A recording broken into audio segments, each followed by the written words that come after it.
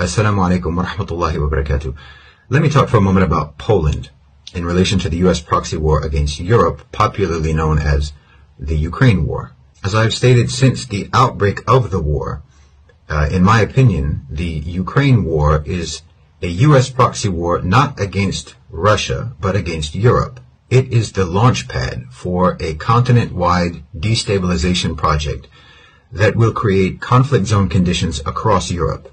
It will divide the EU against itself, it will deindustrialize the continent, and turn it into another laboratory for the imposition of severe neoliberal austerity policies that will wipe out all except the largest private sector players and basically re-feudalize Europe. Now, Poland appears to have been selected by the United States to act as their hub of operations for implementing this program. But before I get into that, let's go back to one of the earliest examples of this type of project, the dirty wars in Central and South America in the 1980s. When I was growing up, I was always interested in the news and current affairs and world events and so on.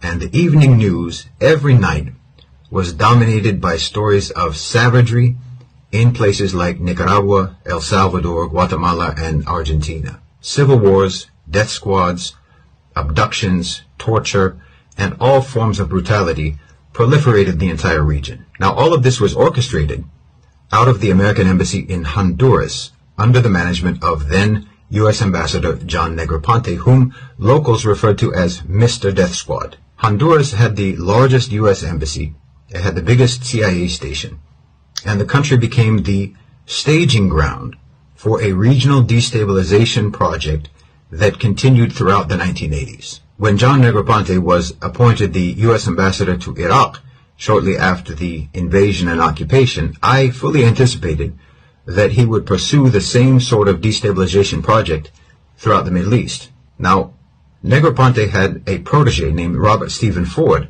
who was appointed the U.S. ambassador to Syria at that time, and he immediately began trying to foment rebellion and opposition and resistance and recruiting militia groups until he was eventually kicked out of the country. Now, I think we're all aware of what happened a few short years later in the Arab world with the Arab Spring, and we're all aware also, I think, of the role played by CIA-backed organizations in that disruptive movement. And I think we're also all aware of the role played by the CIA in backing armed groups in the civil war in Syria. In fact, during the Arab Spring, the United States tried to appoint Robert Stephen Ford after he'd been kicked out of Syria. They tried to appoint him as the U.S. ambassador to Egypt, but fortunately, his reputation and the reputation of John Negroponte preceded them, and popular opposition to that appointment forced the U.S. to scrap the idea. So the point here is that there is a pattern, and once you are familiar with the pattern, you can recognize it, and you can sort of abstractly predict the way it's going to play out, if not specifically. Well, in the current scenario, in my opinion, Poland is Honduras. Near the beginning of the war in Ukraine, I noticed the role being played by Poland as a destination for refugees and as a source for mercenaries to go and fight in Ukraine. So I decided to check, who is the U.S. ambassador to Poland right now? Well, the U.S. ambassador to Poland right now is not Robert Stephen Ford, and it's not John Negroponte or any of their known proteges. The current U.S. ambassador to Poland is the son of one of the most notorious policy advisors in recent U.S. history, Zbigniew Brzezinski.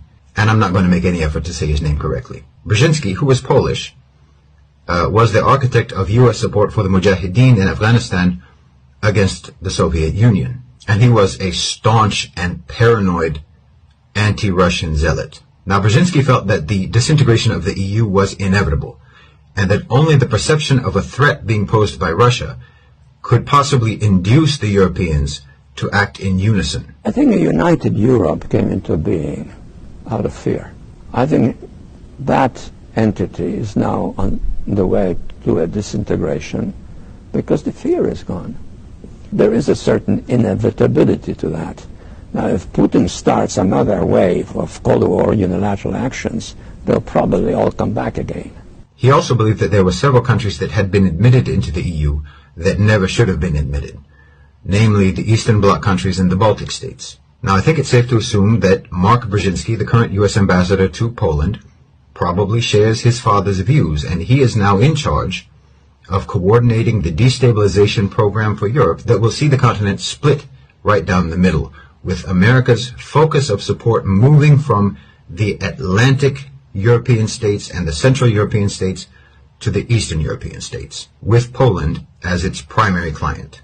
Ironically, the U.S. is using Brzezinski's theory that the Europeans need a Russian threat in order to act in unison. They're using that theory to coerce the European nations to be unified in the adoption of policies that will ultimately lead to the disintegration of Europe. Now, no doubt, the U.S. is dangling promises in front of Poland, telling them that they will re-emerge as a major power after 4 centuries of irrelevance, telling them that Germany is weakening both naturally and by design, and that Poland can become not only the manufacturing hub and heart of Europe, but also the strongest military power.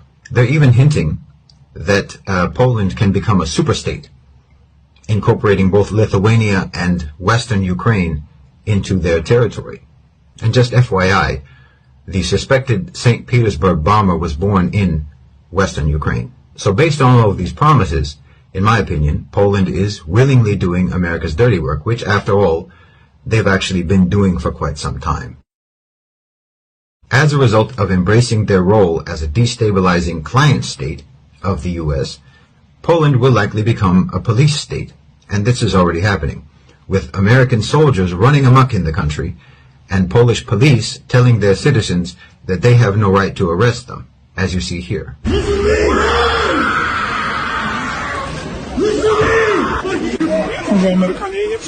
You could post this on any social media. You think Russia's going to protect you? And the same is likely to happen in the other Eastern Bloc and Baltic states where America is shifting its focus. They will be tightly controlled by American influence, and they will be encouraged to distance themselves from the EU and to even form their own economic and security bloc, which again, we already see happening. Poland will potentially become militarily engaged in the war in Ukraine against Russia, as well as potentially in Belarus, and unquestionably, covert disruption activities in both Moldova and in Georgia and elsewhere will be originating from the U.S. Embassy in Warsaw. So this is just to give you a sort of geopolitical framework for what's happening in Europe and Poland's role in that, in what is a repeating pattern by the U.S. And here I would like to say that I think our understanding of the multiple ayat in the Quran that warn the Muslims against taking the kuffar as our awliya, our understanding should include the possibility that this isn't only because they are unreliable awliya for the Muslims, but also because they are unreliable awliya even for each other.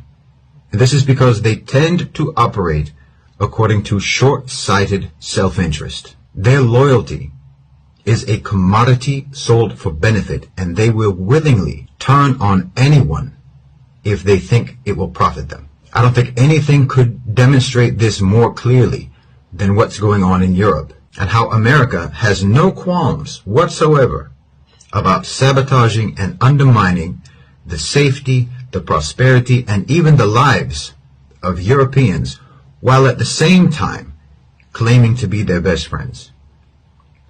Jazakumullahu khairan wa assalamu alaikum.